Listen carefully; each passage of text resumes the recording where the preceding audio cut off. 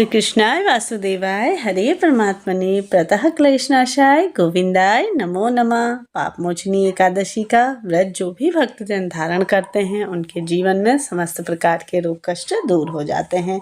तो जैसा कि अर्जुन ने भगवान श्री कृष्ण से कहा, हे मधुसूदन, आपने फाल्गुन माह के शुक्ल पक्ष की जो एकादशी है अर्थात आम्ल की एकादशी के बारे में मुझे पूर्ण वर्णन किया है, लेकिन अब आप मुझे चैत्र माह कृष्ण पक्ष में आने वाली एकादशी का नाम बतलाइए तथा उसकी विधि क्या है। कृपा करके आप मेरी बढ़ती हुई जिज्ञासा को शांत करिए। तब भगवान श्री कृष्ण ने कहा, हे अर्जुन, चैत्र माह के कृष्ण पक्ष की जो एकादशी है उसे पाप मोचिनी एकादशी के नाम से जाना जाता है। तो एक बार की बात है, पृथ्वीपति राजा माधवंता ने लोमश ऋषि से यही प्रश्न किया था जो तुमने मुझसे किया है। अतः जो कुछ भी ऋषि लोमस ने राजा मांधवता को बतलाया वही मैं तुम्हें बतलाता हूँ। राजा मांधाता ने धर्म के गुहतम में रहस्यों के ज्ञाता महर्षि लोमस से पूछा, हे ऋषि श्रेष्ठ, मनुष्य के पापों का मोचन किस प्रकार संभव है? कृपा कर कोई ऐसा उपाय बतलाइए जिससे सभी को सहज ही पापों से छुटकारा मिल जाए। अब महर्षि लोमस ने कहा, हे नित्पति, चैत्र माह के कृष्ण पक्ष की एकादशी का नाम पाप मोचनी एकादशी है। उसके व्रत के प्रभाव से मनुष्य के अनेक पाप नष्ट हो जाते हैं। मैं तुम्हें इस व्रत की कथा सुनाता हूँ, तुम ध्यान पूर्वक से सुनो। प्राचीन समय में चैत्ररथ नाम का एक वन था। उसकी में अप्सराएं किन्नरों के साथ विहार किया करती थी। वहाँ सदैव वसंत का मौसम रहता, अर्थात उस जगह पर सदा नाना प्रकार के पुष्प खिले रहते। कभी गंधर्व कन्याएं विहार किया करती, कभी देवेंद्र अन्य देवताओं के साथ क्रीड़ा किया करते। उसी वन में मेधावी नाम के एक ऋषि थे, तपस्या में लीन रहते थे। वे शिव भक्त थे। एक दिन मंजुघोषा नामक एक अप्सरा ने उनको मोहित कर उनकी निकटता का लाभ उठाने की चेष्टा की। इसलिए वह कुछ दूरी पर बैठ वीणा बजाकर मधुर स्वर में गाने लगी। उसी समय शिव भक्त महर्षि मेधावी को कामदेव की भी जीतने का प्रयास करने लगे। कामदेव ने उस सुंदर अप्सरा के भू का धनुष बनाया, काटक्ष की उसकी प्रदक्षिणा बनाई और उनके नेत्रों को मंजुघोषा अप्सरा का सेनापति बनाया। इस तरह कामदेव अपने शत्रु भक्त को जीतने को तैयार हो गए।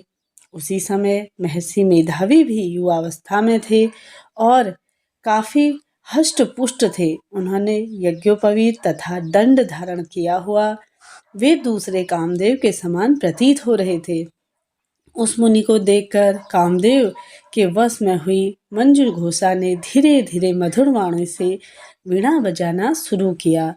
तो महर्षि मेधावी भी मंजुघोषा के मधुर गाने पर तथा उसके सौंदर्य पर मोहित हो गए। वह अप्सरा मेधावी मुनि को कामदेव से पीड़ित जानकर उनसे आलिंगन करने लगी। महर्षि मेधावी उसके सौंदर्य पर मोहित होकर शिव रहस्य को भूल गए और काम के वशीभूत होकर उसके साथ रमण करने लगे।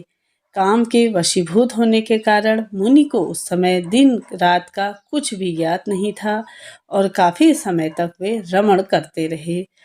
तदुपरांत मंजुघोषा उस मुनि से बोली, हे ऋषिवर, अब मुझे बहुत समय हो गया है, अतः स्वर्ग जाने की आज्ञा दीजिए।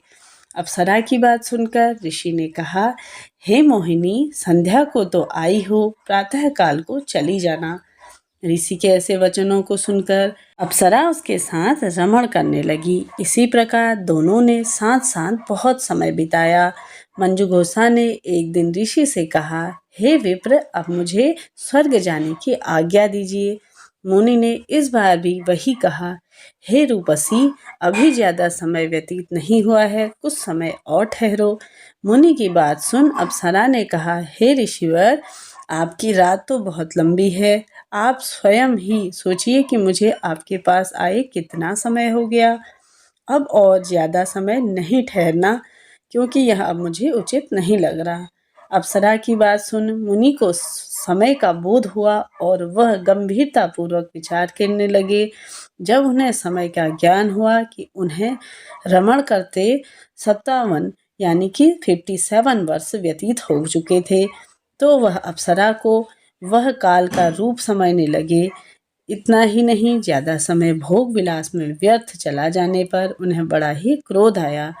तब वह भयंकर क्रोध में जलते हुए उस तप नाश करने वाली अप्सरा की तरफ भ्रुकुटी तान कर देखने लगे। क्रोध से उनके उभर कांपने लगे और इंद्रियां बेकाबू हो गई। तब क्रोध से थरथराते हुए स्वर में मुनि ने उस अप्सरा से कहा, मेरे तप को नष्ट करने वाली दुष्टा, तू महापापिन और बहुत ही दुराचारी है। मुझ पर अधिकता है, पर तू मेरे श्राप से पिशाचिनी बन जाए। मुनि ने क्रोधयुक्त श्राप से वह अप्सरा पिशाचिनी बन गई। यह देख वह व्यथित होकर बोली, हे ऋषिवर, अब मुझ पर क्रोध त्याग कर प्रसन्न होइए और कृपा करके बतलाइए कि इस श्राप का निवारण क्या होगा। विद्वानों ने कहा है, साधुओं की संगत अच्छा फल देने वाली है और आपके साथ तो मेरे बहुत वर्ष व्यतीत हो गए हैं, अतः अब आप मुझे यह बतलाइए, अन्यथा लोग कहेंगे कि एक पूर्ण आत्मा के साथ रहने पर मंजुघोषा को पिशाचिनी बनना पड़ा। मंजुघोषा की बात सुनकर मुनि को अपने क्रोध पर अत्यंत ही ग्लानि हुई, साथ ही अपनी आकृति का भय भी हुआ। पिशाचिनी बनी मंजुषा ने मुनि से कहा, तूने मेरा बहुत बुरा किया है, किंतु फिर भी मैं तुझे इस श्राप से मुक्ति का उपाय बतलाता हूँ। चैत्र माह के कृष्ण पक्ष की जो एकादशी है, जिसका नाम पापमोचनी एकादशी है, उस एकादशी का उपवास करने से तुम्हें पिशाचिनी की देह से मुक्ति मिल जाएगी। साथ ही ऐसा कहकर मुनि ने उसको व्रत का सब विधान समझा दिया। फिर अपने पापों का प्रायश्चित करने के लिए वह अपने पिता चैवन ऋषि के पास चले गए। चैवन ऋषि ने अपने पुत्र मेधावी को देखकर कहा, हे पुत्र, ऐसा क्या किया है तूने कि तेरे सभी तप नष्ट हो गए हैं, जिससे तुम्हारा समस्त तेजस्व मलिन हो गया है। तब मेधावी मुनि ने लज्जा से अपना सिर झुकाकर कहा, पिताश्री, मैंने एक अप्सरा से रमण करके बहुत बड़ा पाप किया है। उसी पाप के कारण संभवतः मेरा सारा तेज और मेरे तप नष्ट हो गए हैं। कृपा करके आप इस पाप से छुटकारा पाने के लिए मुझे कोई उपाय बताइए। ऋषि ने कहा, हे पुत्र, तुम चैत्र माह के कृष्ण पक्ष की पापमोचनी एकादशी का विधि विधान से पूजन करो, व्रत धारण करो, इससे तुम्हारे सभी पाप नष्ट हो जाएंगे। तब अपने पिता के वचनों को सुनकर मेधावी मुनि ने पापमोचनी एकादशी का विधि पूर्वक व्रत किया। उसके प्रभाव से उनके सभी पाप नष्ट हो गए। तब मंजुघोषा अप्सरा भी पापमोचनी एकादशी का उपवास करने लगी। पिशाचिनी की देह से छूट गई और पुनः अपना सुंदर रूप धारण कर स्वर्गलोक को चली गई। लोमस ऋषि ने कहा, हे राजन, इस पापमोचनी एकादशी के प्रभाव से समस्त पाप नष्ट हो जाते हैं। इस एकादशी की कथा के श्रवण से 1000 गोदान करने का फल प्राप्त होता है। इस उपवास के करने से ब्रह्म हत्या करने वाले, स्वर्ण चुराने वाले, मदिरापान करने वाले, अगम्य अगन करने वाले आदि भयंकर पाप भी नष्ट हो जाते हैं और अंत में स्वर्गलोक की प्राप्ति होती है। तो बोलिए जय श्री कृष्णा। ये श्रोताओं, कथा यहाँ पर पूर्ण होती है। मिलते हैं अगली वीडियो में, तब तक के लिए जय श्री कृष्णा, राधे राधे।